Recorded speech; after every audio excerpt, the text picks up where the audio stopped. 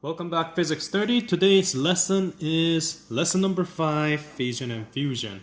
So this is the part where things are getting a little bit serious, and at the same time, it's something very practical. If you know some of those stuff like nuclear atomic bomb versus how the sun works, or nuclear power plant and how the star forms, those kind of practical and at the same time very theoretical, like astronomy, astrology, it's coming in here now. So first thing first, fission and fusion, we need to think about those terms a little differently. Fission in the world of physics means separation and split. Fusion, on the other hand, is a combination. It basically combined together. Before we getting into, we need to understand Rutherford's experiment a bit. Rutherford, if you guys remember, we talk about it near the end of Unit C when we talk about atomic model.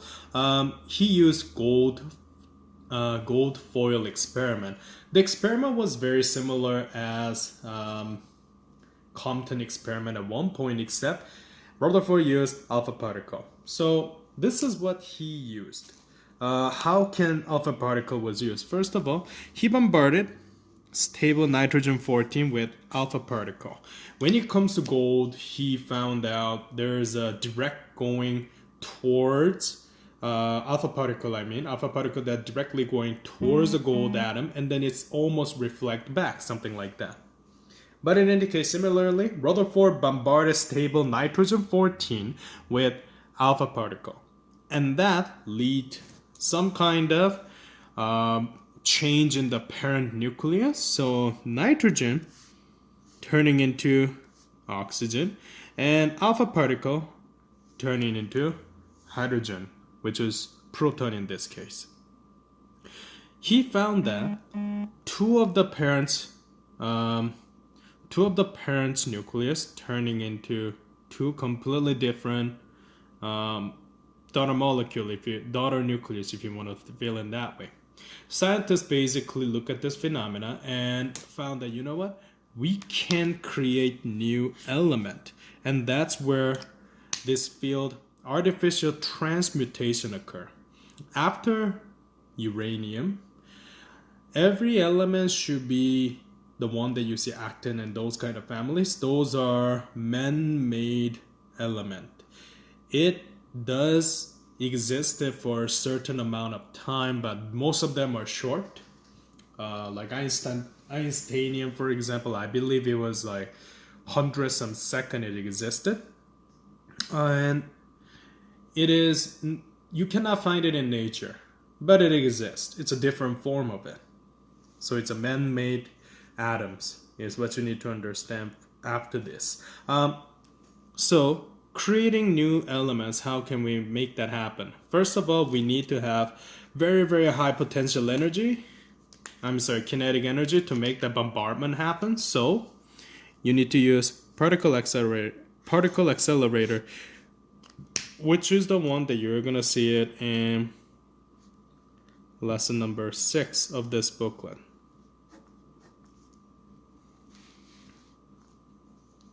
And all elements beyond uranium are artificial, like I mentioned, and none of them are stable. So uranium stays for a long time, but when it comes to after, this lasts about several seconds. Let's do a quick example.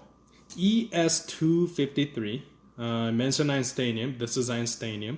Einsteinium 253 isotope is bombarded with a particle. We don't know this particle.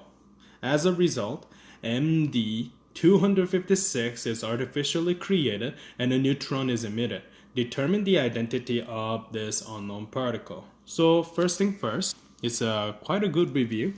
Einsteinium 253 should be on the top, and Einsteinium, which means you need to look at your periodic table, which is one of the page in your data sheet. 99 is Einsteinium. We do not know what it is bombarded with, but we know that one of the daughter nucleus is MD with 101, and it says neutron. Something that you need to understand about neutron is mass exists, it's the same amount of mass as proton, but the charge is 0. That's the clue, and we're basically fill in this blank basically.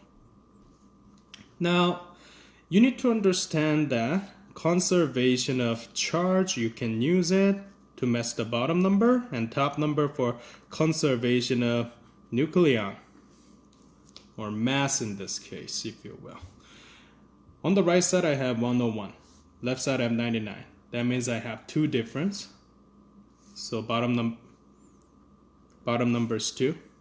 Top number 256 plus 1, that's 266. 253 and 56. That means, 257. That means I have 4 that I need to have as a number, and the particles should be alpha at the end. So 253, 99 Einsteinium plus 4 2 alpha particle, turning into MD256 and neutron. And that is basically one of the example of artificial transmutation. By undergoing this, we have a neutron and another element that we created. Now let's talk about our important, it happened in nature too, it happened in a lot of warfare too, fission. Basically it's discovered in 1938. Like what I said, fission is split. It's a separation. You start with the larger nucleus, it's just split it into 2 smaller nucleus. And the scary thing about that is it can have a chain reaction too. So one famous example, which is also Fermi discovered too, is fission of uranium-235. First of all, some of the people may wonder why uranium play a huge role whenever there's a issue of nuclear weapon and something like that. There is a reason. Uranium is very large and heavy. So that means as a probability way, this atom may undergo splitting because it's very large, very heavy. So basically an atom cannot handle some of those neutrons, and neutrons are inside. And if you want to know the number, look at this uranium-235. Uranium is 92, so 235 minus 92 give you 143. So that's how many neutrons that you have. So no wonder, as a probability way, it can split. So uranium-235, which can be triggered either by itself or, in this case, collide with a neutron. And you don't need a super fast one like artificial transmutation and particle accelerator. You don't need that much. You just need any type of kinetic energy having neutron. And what's going to happen is they will collide together. And think about this as a really big but unstable egg, if you will. Because of this impact, everything is shattered. And the shattering part is basically over here. It turned out this parent, I'm gonna put parent in here, gets split into daughter nuclei 1 and 2. Barium 141 was one of them, and kryptonite 92 was another one. And after that, we have these remainder neutron. And the scary thing about this neutron is these guys can trigger other uranium. So when it comes to atomic bomb, the one that's dropped in Hiroshima, it actually have 2 uranium, 2 unstable uranium, and that's about it. The falling and impact basically make that uncontrollable triggering reaction of chain reaction. And if you look at the ratio, it's 1, 2, 3. So That means these three individually, they may trigger another uranium-2. So long story short, the scary thing about fission is these three neutrons, once it released, you don't even need a lot of kinetic energy. These three neutrons can basically trigger new reaction and something like that. So chain reaction can happen. If, however, this is very, very finely controlled, then this is how nuclear power reaction can happen. So, nuclear power plant can generate it. If it's uncontrolled and release massive energy at once, then it becomes what we know as atomic bomb. And energy from the mass defect from these entire reaction, which is delta E is equal to delta mc squared, that can turning into two different type of energy. The very first one, which is obvious one, is kinetic energy of our daughter nuclei and neutron. And this neutron, of course, like I said, can trigger more and more and more. And another is possible gamma energy, and that can be first of all EK 1 over 2 mv squared, and gamma can be HF, something like that.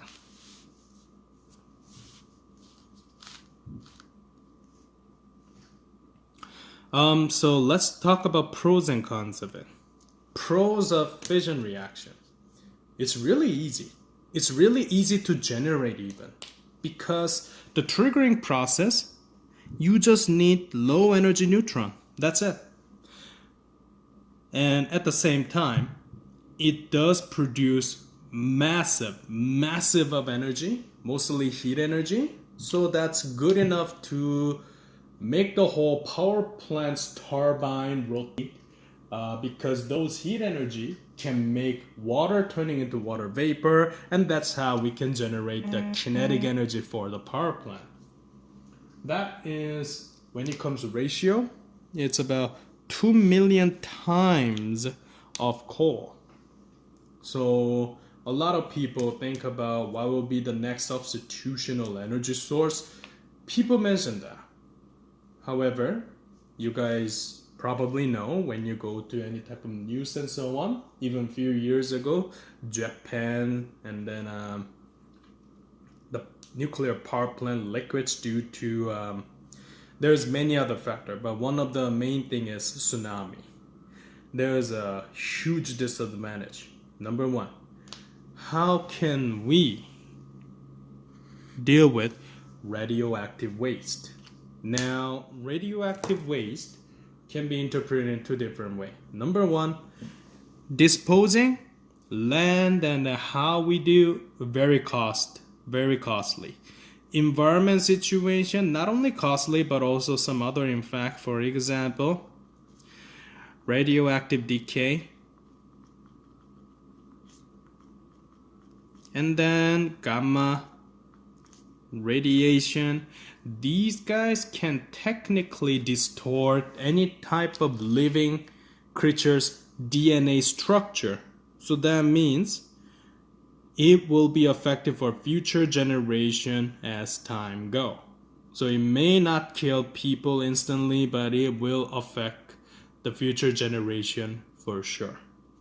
Now, or if it's for a person right now, can make a normal cell into cancer cell, and cancer cell is one of those unstoppable mutated body cell that can infinitely generate it. So have that in your mind.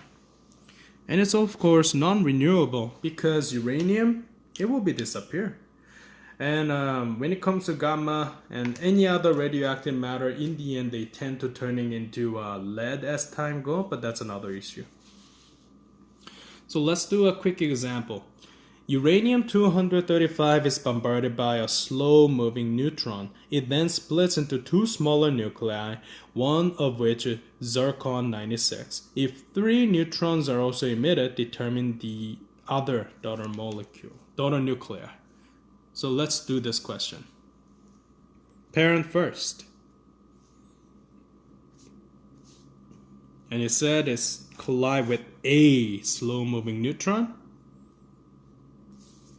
And that's everything on the left side. On the right side, we have daughter number 1, which is zircon 96, 40 at the bottom. We don't know what's in here, but we have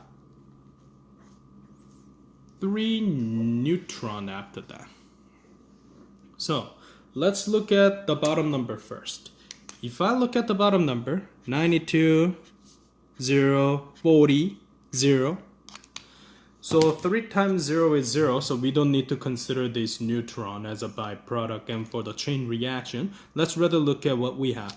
92s are the number that we have on the left side as total. So we need to make 92, thus bottom number is 52. And 52 was thallium, Te.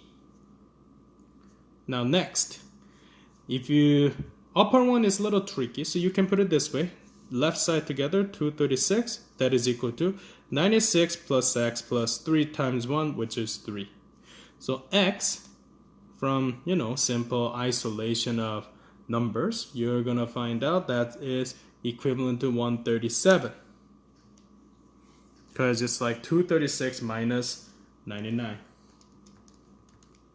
So 137. And that is basically one of the missing daughter nucleus. Now, let's finish this up by undergoing our last part, which is fusion. So, fission is easy to undergo because, not easy to undergo. It's rather easier to make things happen. Fusion is not that easy to do because of one fundamental force in our universe, which is strong nuclear force. Basically, think about strong nuclear force as a super glue. You have to make proton together, which is completely opposite as what we learned before. How can I make plus and plus stay together almost next to each other? That itself is impossible if you look at electric force. However, the one that make that happen in the nucleus with the neutron and those kind of thing at the center of every atom is basically known as one of the fundamental forces, strong nuclear force. Basically, fusion means we have to have small nuclei fused together. So it's opposite of fission. You make 2 parent nuclei to make 1 daughter nucleus. So that is an example. However, this is almost impossible to do without any thorough preparation because of 2 things. You require huge amount of energy, and number 2, such an enormous heat energy is coming out from this process, everything will undergo meltdown. So it's one of those specific study that we are doing. Although we are using nuclear fission for running nuclear power plants, if we can find this way, nuclear fusion, we don't need to worry anything about, toxic waste and so on. And I'm going to go through that after this specific example. And what happened is, it happened in this universe, it's happened in the star. Hydrogen combined to make helium. It's a natural reaction. So the one important reaction that I'm going to show you is a sun, and it involves deuterium and tritium. Deuterium, like the word suggests, it's like, in the song duo, that means 2. Tritium, tri means 3. So what does that mean? That means deuterium is basically hydrogen 2. So that's one of the isotope. Tritium is hydrogen 3. So you have 1 neutron, 3 neutron, something like that. When they collide with extreme high speed and with a lot of energy, then what's going to happen is those two, and if you think about it, hydrogen, hydrogen, that's proton and proton, right? They hate each other. They tend to not stay together. But if we overcome that and then try to bond them together, imagine the repulsive force, and at the same time building them up together and make them bond like a super glue. That part requires enormous energy to start with. But in any case, it will create neutron as a byproduct and helium, or alpha particle if you will. It's a stable daughter nucleus. First of all, compared to previous situation, it's quite clean product. Unharmful. It's noble gas, in fact, right? And energy is a lot of energy. And of course, this reaction happens all the time in any of a lightning star like sun.